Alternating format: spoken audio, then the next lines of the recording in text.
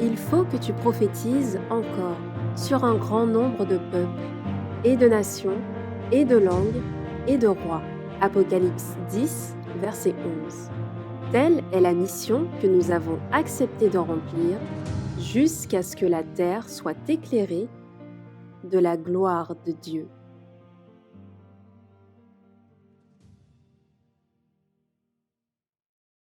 Bonjour à tous et à toutes. Bonjour les enfants. Bonjour les plus grands. Et bonjour les adultes. Donc j'espère que vous êtes heureux d'être là ce matin. Et parce que moi aussi, je suis heureuse de vous voir, de découvrir des visages aussi. Alors nous allons passer à ce moment de jeunesse. Et donc, nous allons discuter d'un sujet, échanger sur un sujet, particulièrement avec les grands, concernant la vie de piété de l'Église du reste. La vie de piété de l'Église du reste. Mais avant toute chose, nous allons prier notre Dieu, si vous le voulez bien. Prenons la position qu'il convient.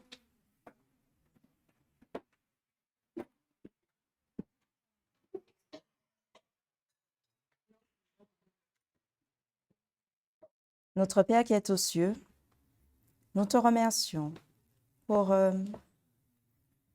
cette belle journée que tu nous offres en ce jour et tu nous permets d'être là, Père, par ton esprit. Et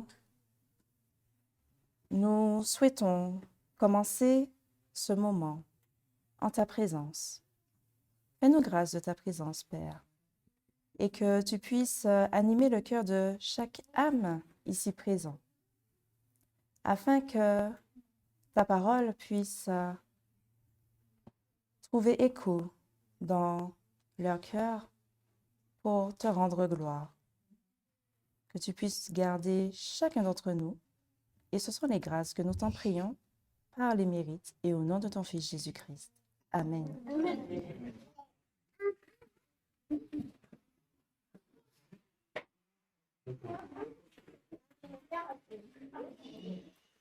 Alors,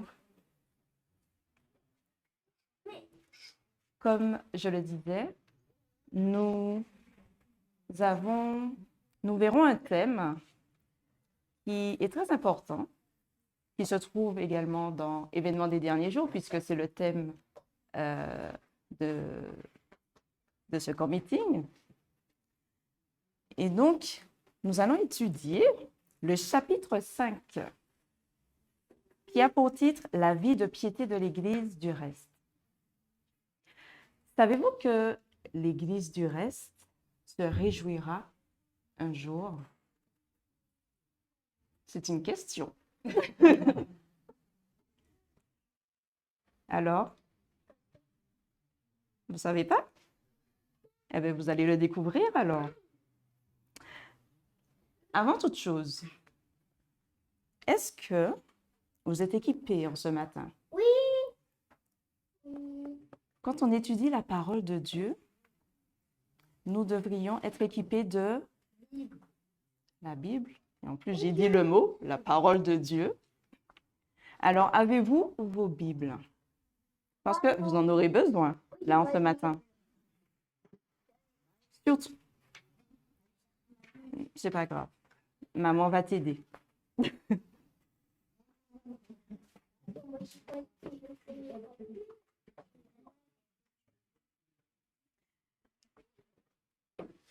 Alors, je vais vous inviter à prendre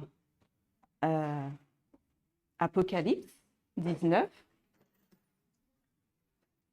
Apocalypse 19, du verset 7 à 9. C'est bon?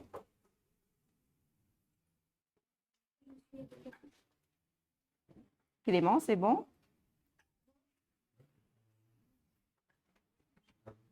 Ah, t'as pas vu. Est-ce que on peut prêter une Bible à un jeune, s'il vous plaît?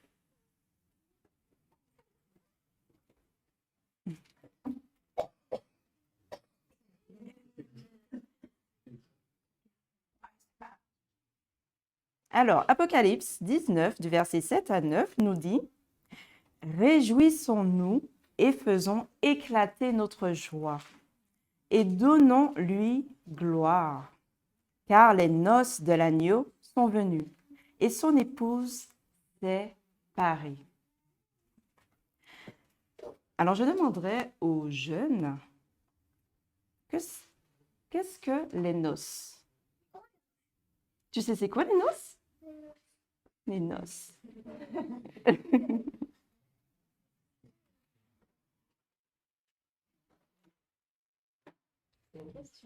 Oui, c'est une autre question. Et il y en aura d'autres, d'ailleurs. Qu'est-ce que les noces?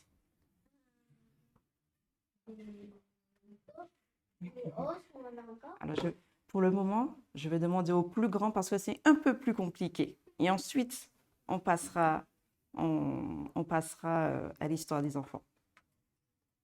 C'est les fêtes de mariage. Oui. Oui. Merci pour la répétition. Alors, les noces, effectivement, eh bien, c'est le mariage, c'est ensemble des réjouissances qui accompagnent un mariage. Donc, retenez cela. Noces, mariage. Ensuite, on parle de l'agneau, les noces de l'agneau. L'agneau représente qui dans l'Apocalypse? Le Christ, très bien. Et l'épouse représente l'Église. Et on nous dit que l'Église s'est parée. Ça veut dire quoi? L'Église s'est parée.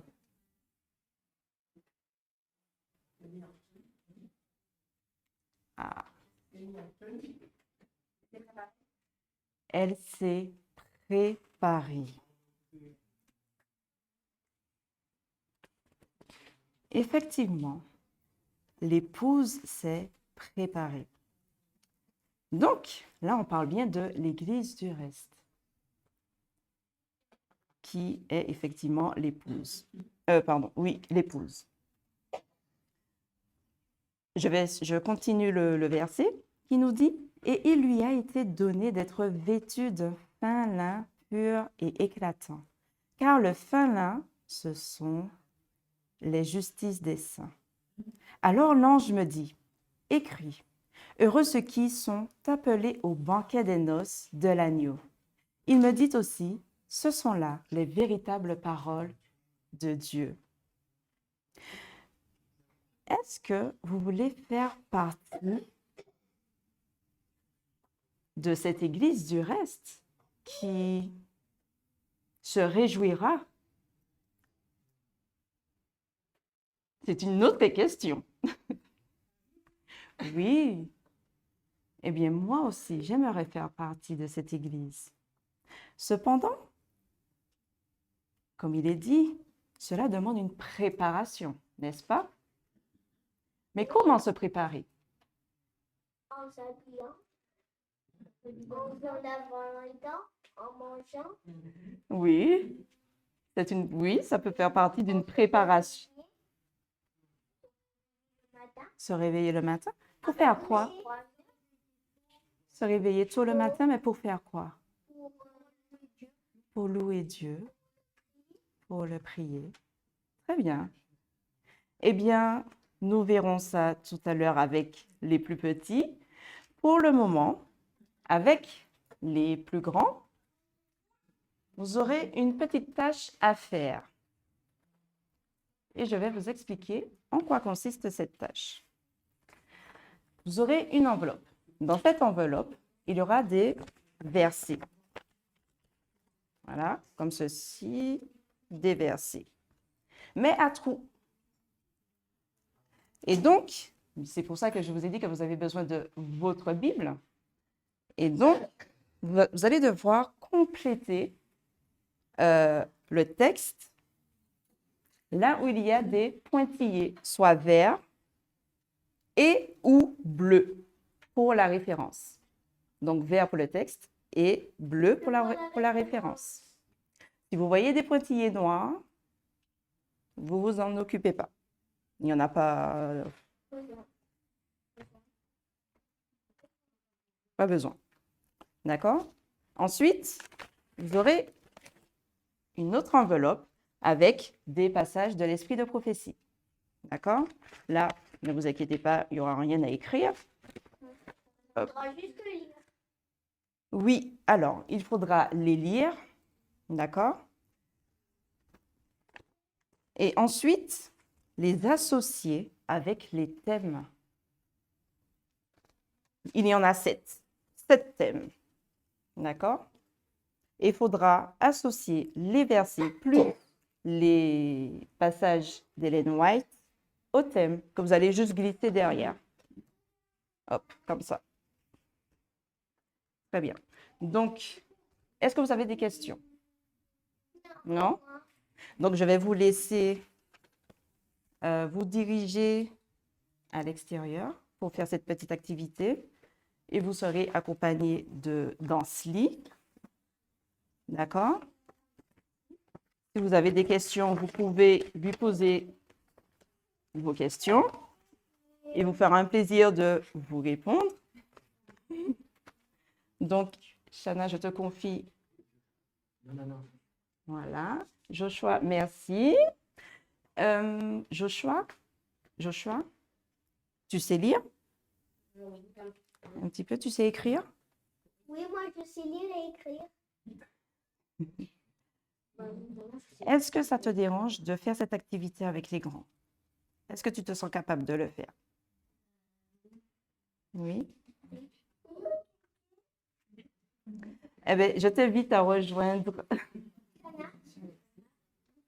Alexis, Clément et Shana.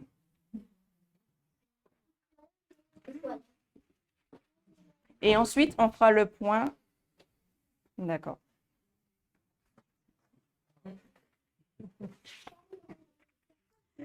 Très bien. C'est à nous maintenant, les plus petits. Alors, asseyez-vous. Voilà. Coucher. Mhm. Alors, les enfants, on écoute. Donc, nous parlions précédemment de préparation. Et aujourd'hui, nous allons voir, vous allez écouter et aussi participer parce que j'aurai besoin de vos petites mains, d'accord? Et nous allons raconter l'histoire de Jean. C'est vrai? Oui, tu t'en souviens? Alors, retenez bien. Écoutez. Notre message du jour est « Nous préparons le chemin pour qui? Pour Jésus. Pour Jésus, quand nous servons les autres. » Et notre verset du jour, et vous allez répéter avec moi, « Car tu iras devant la face de l'Éternel pour préparer ses voies. » Luc, chapitre 1, verset 76. Amen. Un jour, un ange délivra un message à un vieil homme. Un message qui allait changer le monde. Élisabeth et Zacharie ont attendu un bébé pendant de nombreuses années. Mais quand ils ont vieilli, ils ont perdu espoir. Zacharie était l'un des nombreux prêtres du temple. Il se relayait pour servir une semaine à la fois dans le temple de Jérusalem. Un seul prêtre dans sa vie était susceptible d'entrer dans le lieu saint. C'était un honneur de brûler de l'encens sur l'autel d'or. Là, il priait pour le pardon des péchés de tout le peuple. Et il priait avec ferveur pour la venue prochaine du Messie. Et le Messie, c'est Jésus. Je suis le Messie. Amen. Zacharie a attendu ce jour toute sa vie. Devenu un vieil homme, il était ravi quand son tour est arrivé. Zacharie saupoudre solennellement de l'encens sur les charbons ardents. Un nuage de fumée odorante s'élève et remplit le lieu saint. Soudain, Zacharie sent qu'il n'est pas seul. Il ouvrit les yeux. Un ange se tenait à droite de l'autel. Zacharie tremble de peur. N'aie pas peur, Zacharie. Dieu a entendu ta prière. L'ange dit, ta femme Élisabeth aura un fils. Tu lui donneras le nom de Jean. Vous retenez son prénom? Il s'appelle Jean. Il ira devant le Seigneur pour lui préparer le chemin. Il ira devant le Seigneur pour lui préparer quoi? Le chemin pour Jésus. Un bébé à cet âge? Zacharie doutait des paroles de l'ange. Alors l'ange lui donna un signe. Parce que tu n'as pas cru à mes paroles, tu seras silencieux et incapable de parler, jusqu'à ce que cela arrive. Puis l'ange disparut. Zacharie ouvrit la bouche pour commencer à prier pour le peuple, mais rien ne sortit de sa bouche. Il ne pouvait pas dire un mot. Même pas. Non. Zacharie était déjà dans le lieu saint depuis longtemps. Les gens dehors commençaient à se demander ce qui lui était arrivé. Finalement, il sortit. Son visage était étrangement rayonnant. Silencieusement, Zacharie leur fit signe qu'il avait vu un ange. Zacharie se hâta de rentrer chez lui. Il essaya de raconter à Élisabeth ce qui s'était passé. Alors, Jade, tu peux venir me coller Zacharie, s'il te plaît? Où tu veux. Tu le colles où tu veux. Voilà, Zacharie.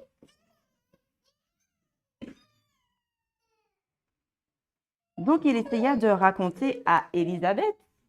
Donc, il nous faut coller Élisabeth. Élisabeth, c'est sa femme. Elisabeth. Tu veux coller Élisabeth? Viens coller Élisabeth, s'il te plaît.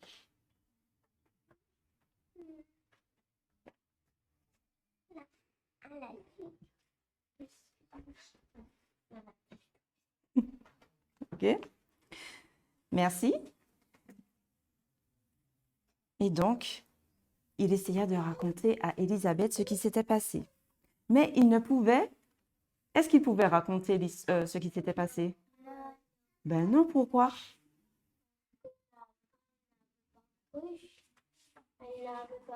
Alors, c'est Jean qui n'avait pas cru et donc...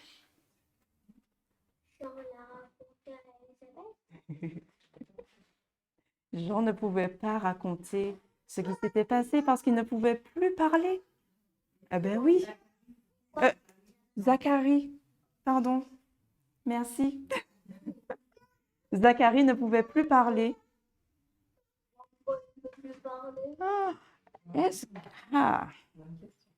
Très bonne question. Pourquoi il ne pouvait plus parler? Mais tu as bien débuté ton raisonnement. C'est parce qu'il a douté de ce que l'ange lui avait dit. Et donc, parce qu'il a douté, Dieu lui a retiré la parole. Il lui a dit que tu ne pourras plus parler. Rien du tout. Rien du tout. On écoute la suite? On écoute la suite? Et donc, il ne pouvait pas parler. Il a dû écrire et utiliser des signes de la main. Il allait avoir un enfant, un garçon qui s'appellerait Jean. Ah, patiente, patiente. Un ange me l'avait dit. Des mois plus tard, leur bébé est né. Tu viens, Lisa? Leur bébé est né. Et le bébé s'appelle Jean. Jean. On essaye de le mettre dans les... Voilà. Merci. Voilà. Plus en bas. C'est bien. Les amis d'Élisabeth se réunirent autour d'eux. Son nom sera Jean, annonça Élisabeth. Quelque temps après,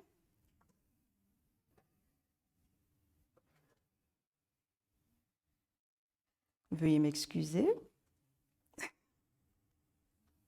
Après, Élisabeth, sa femme, conçut le bébé, qui est Jean, et elle se cacha durant 5 mois et disait, c'est là ce que le Seigneur a fait en ma faveur, au jour où il a jeté les yeux sur moi, pour ôter mon opprobre du milieu des hommes.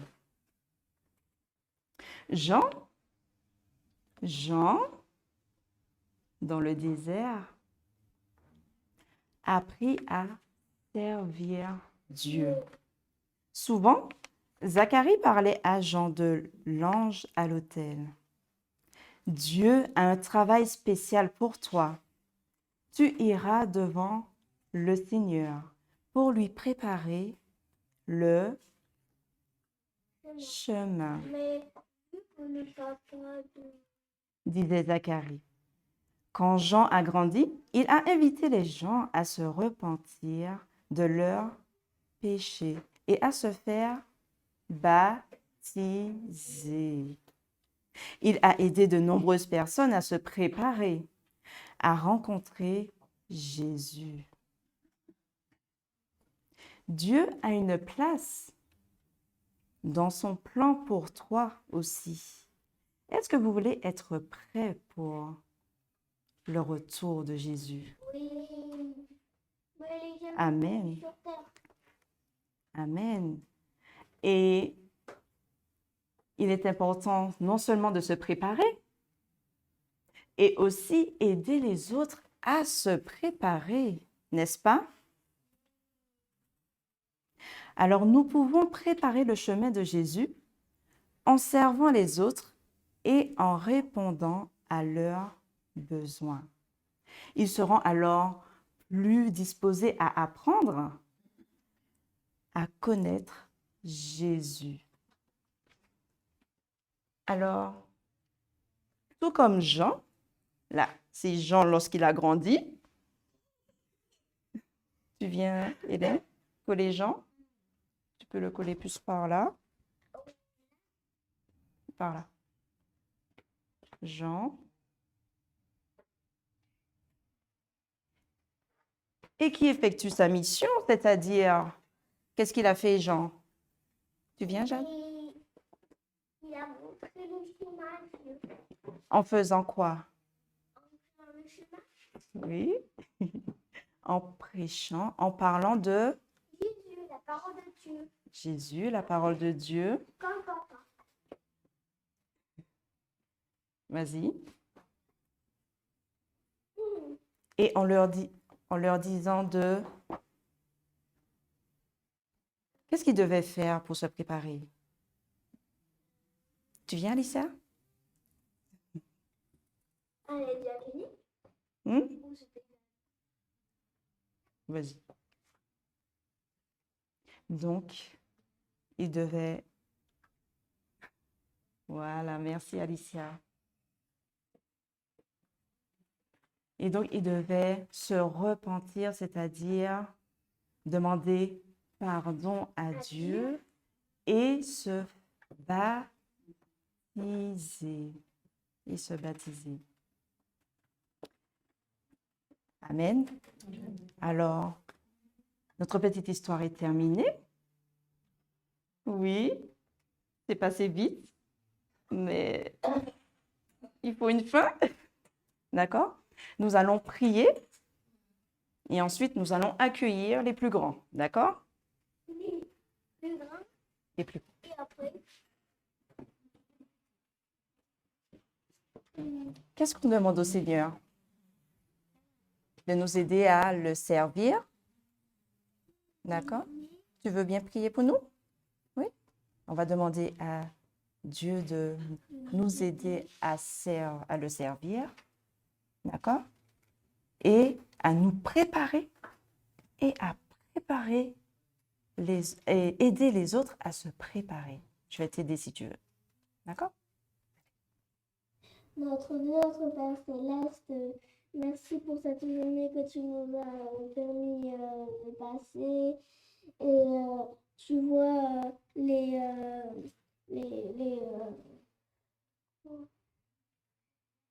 choses qu'on a fait sur le tableau pour toi et on va t'aider à préparer le chemin à ton retour.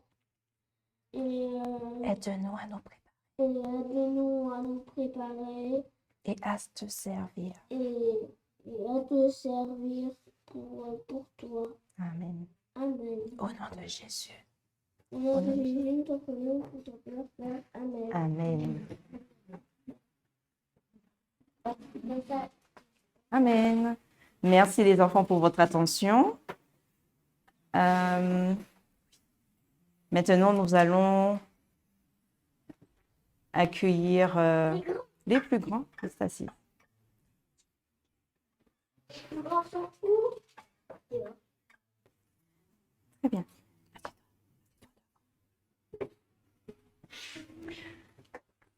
Très bien. Donc, ça y est, les plus grands sont avec nous. Est-ce que vous avez trouvé ça difficile? Non, pas difficile. Mais il y avait peut-être un petit peu trop.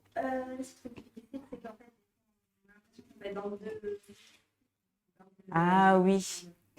Ah oui. J'ai oublié de vous donner un petit indice.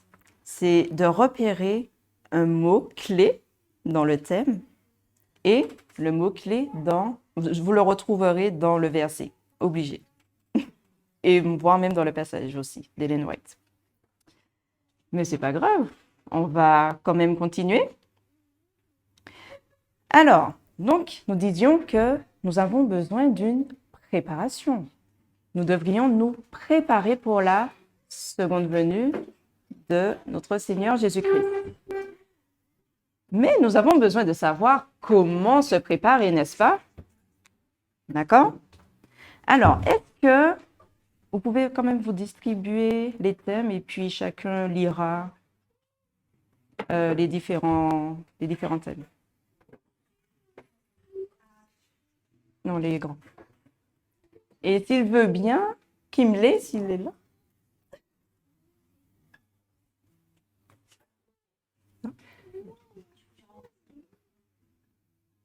Est-ce que tu veux bien participer avec nous? Oui? Merci. Tu es la bienvenue.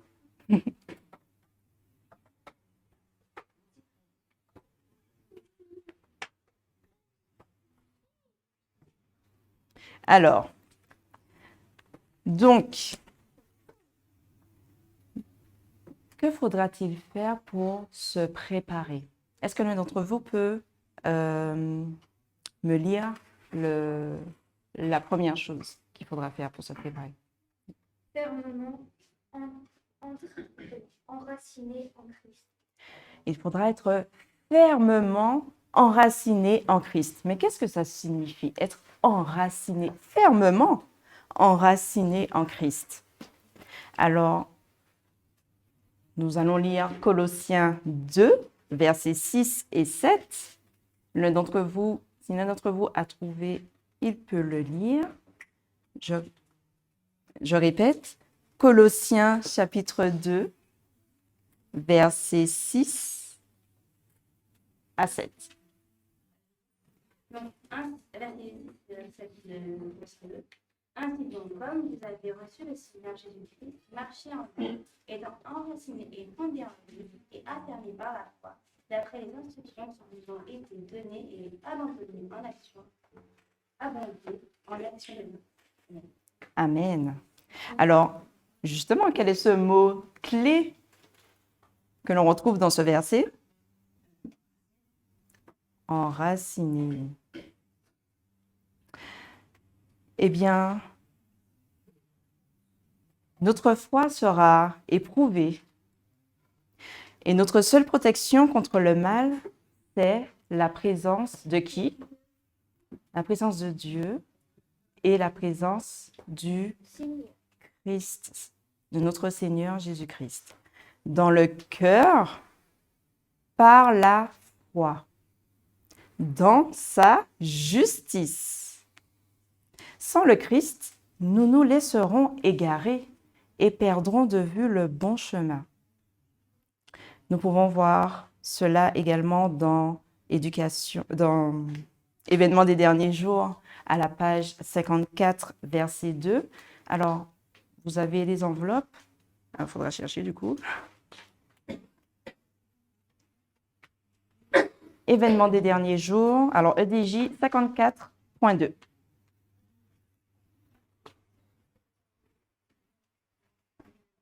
Oui. Fort. Il nous sera avantageux de passer chaque jour 1 heure dans la méditation et la contemplation de la vie du Christ. Il faudrait y penser d'une manière détaillée, s'efforçant par l'imagination d'en reproduire toutes les scènes, surtout les dernières. En méditant ainsi sur le grand sacrifice accompli pour nous, notre confiance en Christ se trouve affermie, notre amour est intensifié et son esprit nous pénètre plus complètement. C'est en apprenant à nous repentir et à nous humilier au pied de la croix que nous serons finalement sauvés. Amen. Amen. Donc, être fermement enraciné en Christ demande de notre part une méditation, de passer des heures, enfin 1 heure, pardon, dans la méditation. Combien de temps? 1 heure. Oui, 1 heure. Quelle fréquence? En quelle fréquence? Merci. Chaque jour. Chaque jour. Il est avantageux pour nous de passer chaque jour 1 heure dans la méditation et la contemplation de la vie du Christ. Maintenant, quel est le deuxième point? Donc, retenez, être fermement enraciné en Christ. Le deuxième point, être modelé par le Saint-Esprit. Alors, pareil, nous allons prendre un verset biblique qui se trouve dans Galates 5, au verset 16 et 17. Galates 5, versets 16 et 17.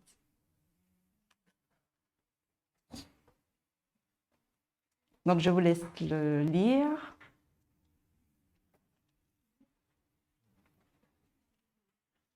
Fort, en bien articulant pour que tout le monde puisse comprendre. Alors, Galates 5, versets 16 à 17.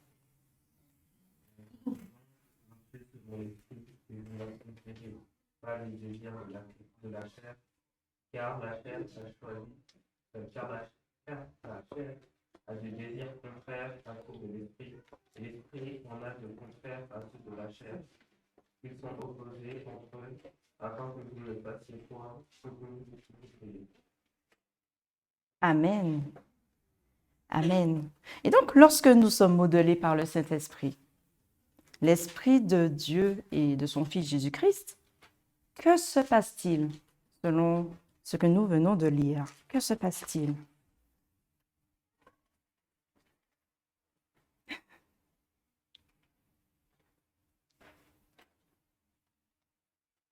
Il n'y a pas de réponse? Il n'y a aucune réponse. 0 réponse. Alors, lorsque nous sommes modelés par le Saint-Esprit. Est-ce qu'il y a des changements en nous? Oui. Non. Le Saint-Esprit, lorsque nous sommes modelés par le Saint-Esprit, eh bien, il y a quand même des changements. Non. Si, il y a des changements, Joshua. En fait, il veut dire qu'il y a de grands changements. Ah, voilà. Il y a de grands changements. D'accord. Je suis d'accord. Pas de changement, de grands changements. Ok, oui, d'accord. Alors, en fait, nous allons accompagner ce verset toujours avec un passage de la messagère EDJ 54.5, événement des derniers jours, 54.5, qui nous dit, et je vous écoute, Lorsque nous sommes modelés par le Saint-Esprit, l'Esprit de Dieu nous soumet. Que se passe-t-il? Jamais le cœur humain ne connaîtra le bonheur tant qu'il ne se soumettra pas pour être modelé par l'Esprit de Dieu. L'Esprit en âme renouvelée semble modelé par l'excellence Jésus-Christ. Grâce à cette influence, l'inimitié envers Dieu est changé en mouvement et l'orgueil en humilité. L'âme perçoit de la beauté de l'humanité et le Christ est honoré par l'excellence du caractère. Amen. Alors, quels sont ces changements? Ce que nous venons de lire, la dernière phrase, l'avant-dernière phrase, qu'est-ce qu'elle nous dit? Grâce à cette influence, l'inimitié envers Dieu est changée en foi et en amour, et l'orgueil en humilité. N'est-ce pas un beau changement? Et je dirais même, l'Esprit de Dieu nous transforme. N'est-ce pas? Retenez cela. C'est très important. Être modelé par le Saint-Esprit, être fermement enraciné en Christ. Le troisième point.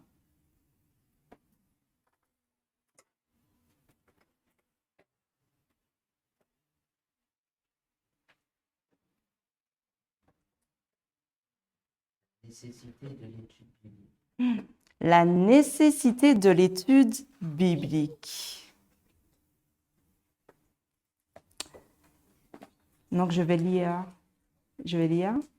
Car Esdras avait appliqué son cœur à étudier et à mettre en pratique la loi de l'Éternel et à enseigner au milieu d'Israël les lois et les ordonnances.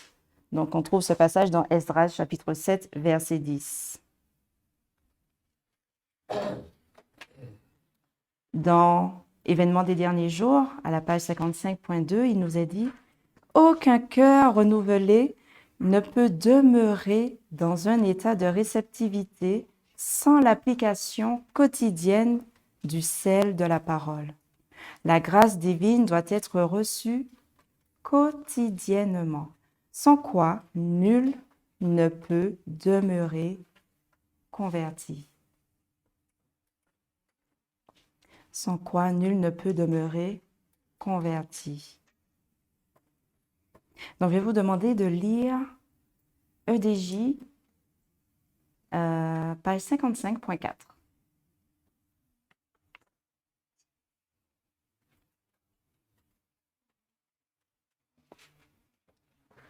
Que votre foi soit nourrie de la parole de Dieu. Emparez-vous fermement du témoignage vivant de la vérité. Gardez foi en Christ comme en un sauveur personnel. Il a été et sera toujours le rocher des siècles. Amen. Amen. Seuls ceux qui auront fortifié leur esprit par l'étude des vérités bibliques demeureront ferme dans le dernier grand conflit. Alors, est-ce que c'est clair pour vous la nécessité de l'étude biblique? Ça va? Pas de questions? On peut passer au point suivant? Ok. Donc, le numéro 4. Plus fort? Mémoriser l'écriture. Alors, quelqu'un peut me lire Psaume 119, verset 11? Normalement, c'est un verset très connu qu'on devrait même réciter sans regarder dans la Bible. Enfin, si on récite, c'est qu'on ne regarde pas, on ne lit pas. Je serre ta parole dans mon cœur afin de ne pas pécher contre toi. Psaume 119, verset 11. Amen. Ensuite, 2 Timothée, chapitre 1.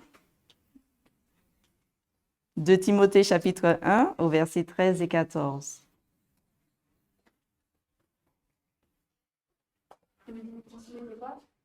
De Timothée 1, chapitre 1, 13 à 14.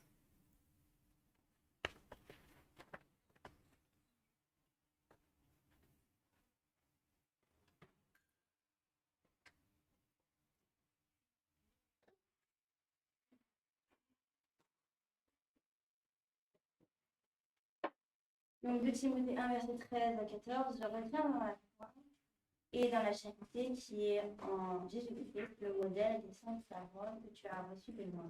Garde le bon dépôt par le Saint-Esprit qui habite en nous. Amen. En fin de compte, pourquoi devons-nous mémoriser la parole?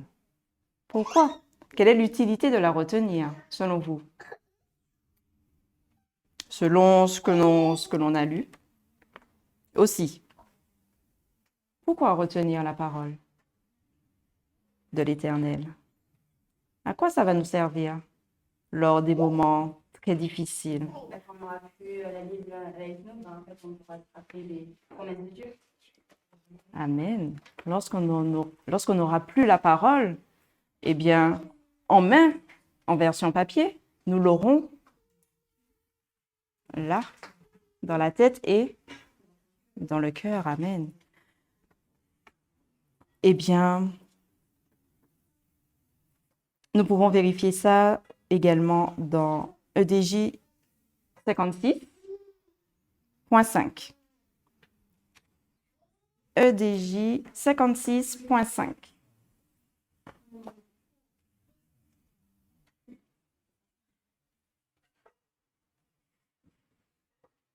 Les temps viendront où de nombreuses personnes seront privées de la parole de Dieu. Mais si cette parole est imprimée dans la mémoire, personne ne pourra nous la faire vivre. Amen. Les temps viendront où de nombreuses personnes seront privées de la parole écrite. Mais si cette parole est imprimée dans la mémoire, personne ne pourra nous la ravir. Donc, est-ce que vous comprenez l'importance de mémoriser l'écriture? Oui, ils ont secoué la tête, donc c'est oui. Ensuite, on va poursuivre le 5e point qui nous permet de nous préparer à la seconde venue de Jésus-Christ. Pour avoir foi en la parole de Dieu. Éduquer l'esprit pour avoir foi en la parole de Dieu. Eh bien, nous lirons Habakkuk 2 au verset 4 qui attestera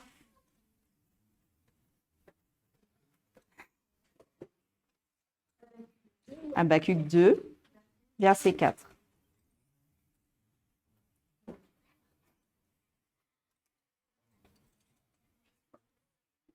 Voici une âme qui est appelée et n'est pas droite en lui, mais le juste vivra par sa foi. Mais le juste vivra par sa foi. Amen. Il est intéressant de savoir, mais qu'est-ce qu'elle nous dit, la messagère, par rapport à cela? Donc, nous allons lire toujours dans Événements des derniers jours, page 57, paragraphe 1.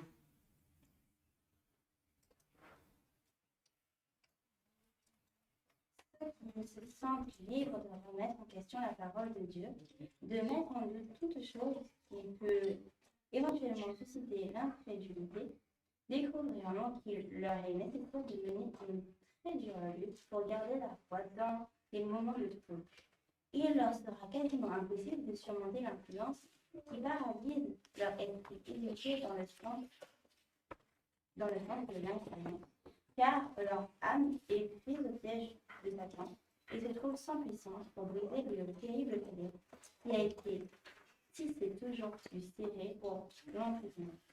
Celui qui s'habitue à remettre en question, à lutter et à critiquer se renforce lui-même dans l'incrédulité. Amen.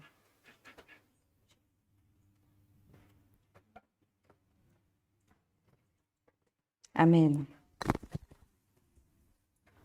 Éduquer l'esprit pour avoir foi en la parole de Dieu, eh bien, nous aidera dans les moments de trouble, comme nous l'avons lu. Et il est important de le mettre en pratique dès maintenant. Lise, on va poursuivre avec le 6e point. Se maîtriser moralement. Se maîtriser moralement.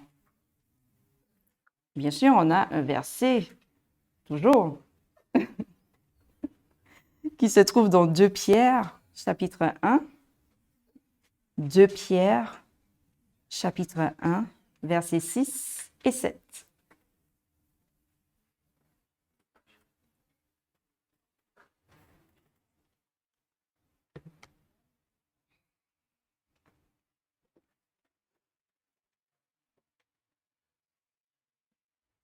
À la science, la tempérance, à la tempérance, la patience, la piété, à la piété, l'amour fraternel, la charité. D'accord. Alors, tu as lu la version Louis II, il me semble. OK. Alors, je vais reprendre. Pour cette raison même, faites tous vos efforts afin d'ajouter à votre foi la qualité morale, à la qualité morale, la connaissance, à la connaissance, la maîtrise de soi, à la maîtrise de soi, la persévérance, à la persévérance, la piété, à la piété, l'amitié fraternelle, à l'amitié fraternelle, l'amour. Amen. Maintenant, bien peu comprennent qu'il faut exercer un contrôle sur nos pensées et notre imagination. Il est difficile de garder un esprit indiscipliné fixé sur des sujets dignes d'intérêt. Mais si les pensées ne sont pas convenablement maîtrisées, la religion ne peut pas s'épanouir dans l'âme. L'esprit doit être occupé par les choses sacrées et éternelles. Retenez cette phrase parce qu'on va y revenir là-dessus. Sabbat. Donc, l'esprit doit être occupé par les choses sacrées et éternelles. Ou il chérira des pensées frivoles et superficielles. Les énergies intellectuelles et morales doivent être disciplinées ensemble. Elles se fortifieront et s'amélioreront par l'exercice. Vous avez des questions par rapport à cela? C'est clair? Amen, si c'est clair. Donc, nous passons au point suivant, qui est le 7e et le dernier. Se souvenir des anciennes bénédictions de Dieu. Se souvenir des bénédictions de Dieu. À quoi ça sert de se souvenir des bénédictions de Dieu?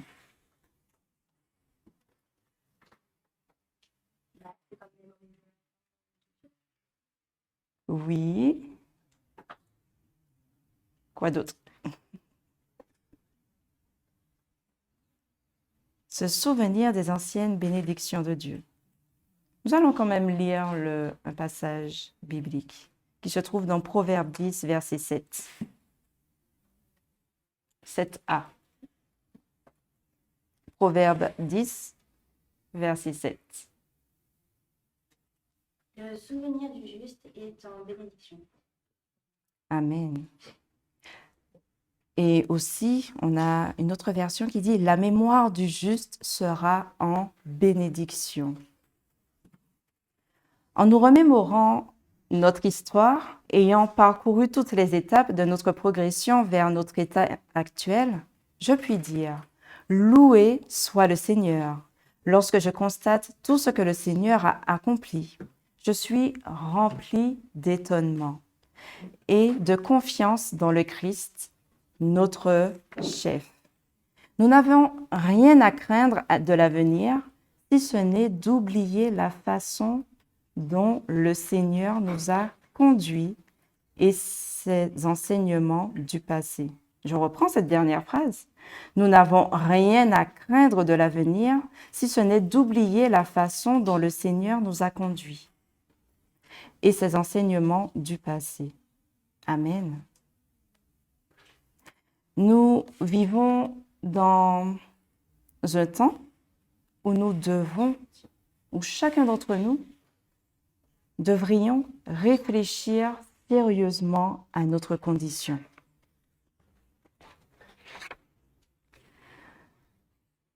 S'il y eut jamais une époque où chacun de ceux qui craignent Dieu est appelé à mener une sérieuse réflexion, c'est bien maintenant.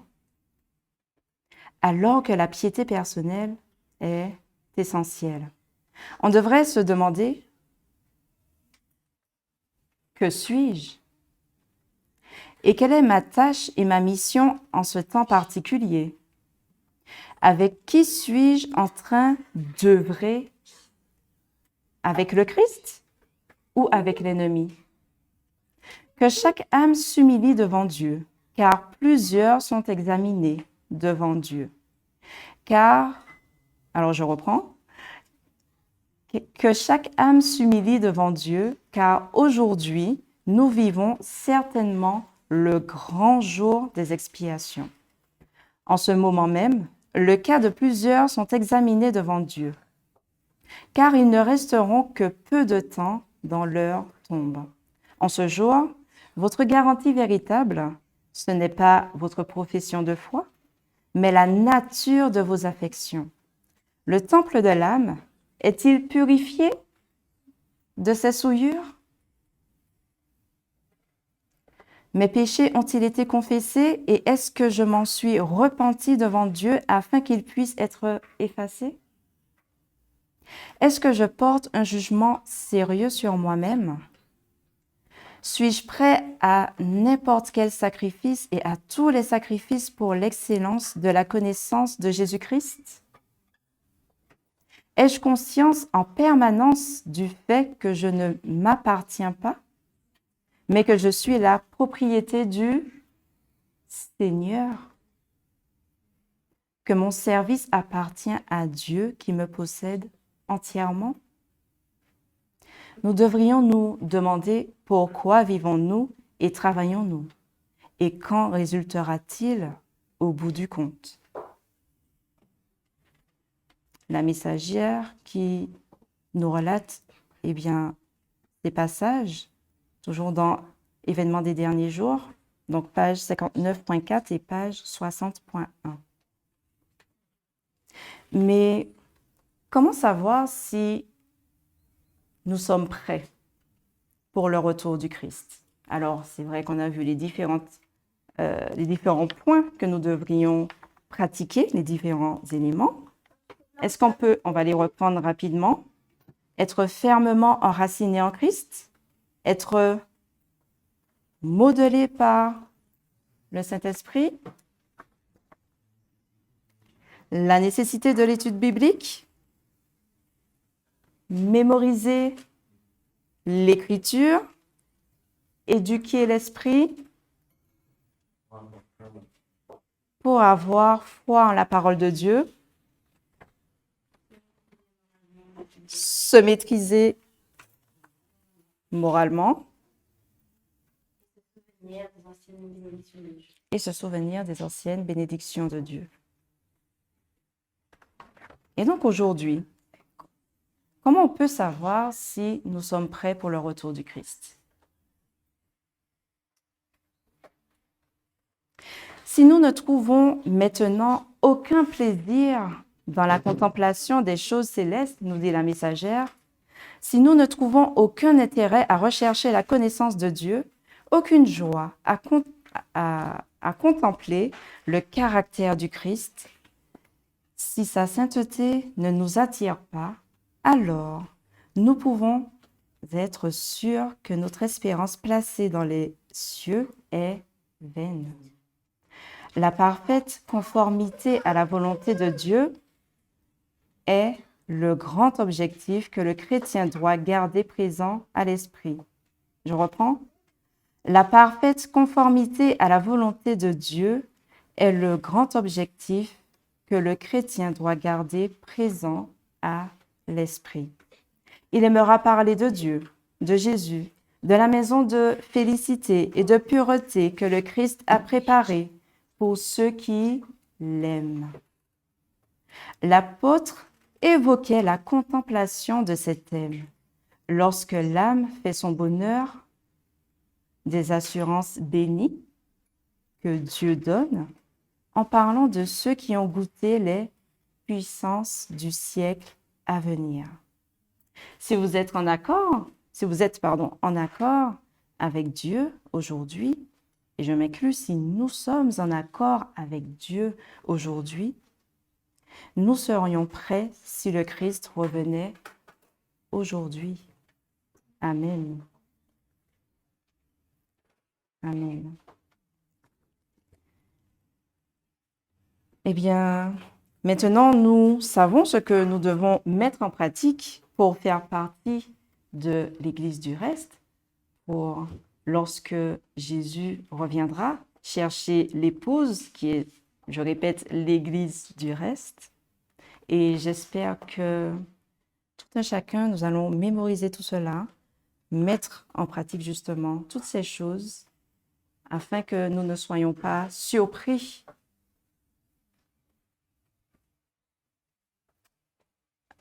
pour cet événement.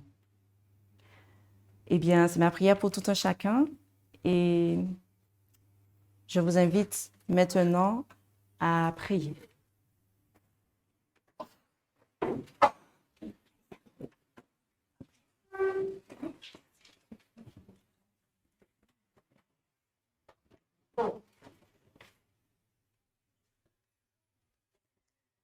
Notre Père qui est aux cieux, merci pour ton grand amour. Merci de nous montrer la voie que nous devrions prendre, car afin que nous puissions vivre éternellement avec toi dans les lieux célestes, là où règne ta paix est une paix éternelle. Merci Père pour tous ces enseignements que tu nous accordes à travers ta parole et également à travers les prophètes. Que tu puisses nous permettre de mettre en pratique tout ce que nous avons vu en ce jour, afin d'être prêts pour le retour de ton Fils Jésus-Christ, à savoir le second avènement, Père. Afin que nous soyons tous, élevés dans les lieux célestes. Merci, Père, pour tout ce que tu fais pour chacun d'entre nous. Que tu puisses accompagner chacune des âmes ici présentes. Que tu puisses nous purifier, Père. Et que nous soyons également prompts à mettre en pratique ta parole. Père, c'est notre prière que nous t'adressons au nom de ton Fils Jésus-Christ. Amen. Amen. Merci d'avoir écouté cette présentation. Si vous souhaitez prendre part à la mission que Jésus-Christ confia à notre Église, contactez-nous via les coordonnées présentes sur la page à propos de notre chaîne YouTube à ASJH 1889 France@gmail.com ou via notre page Facebook @ASJH 1889 de France.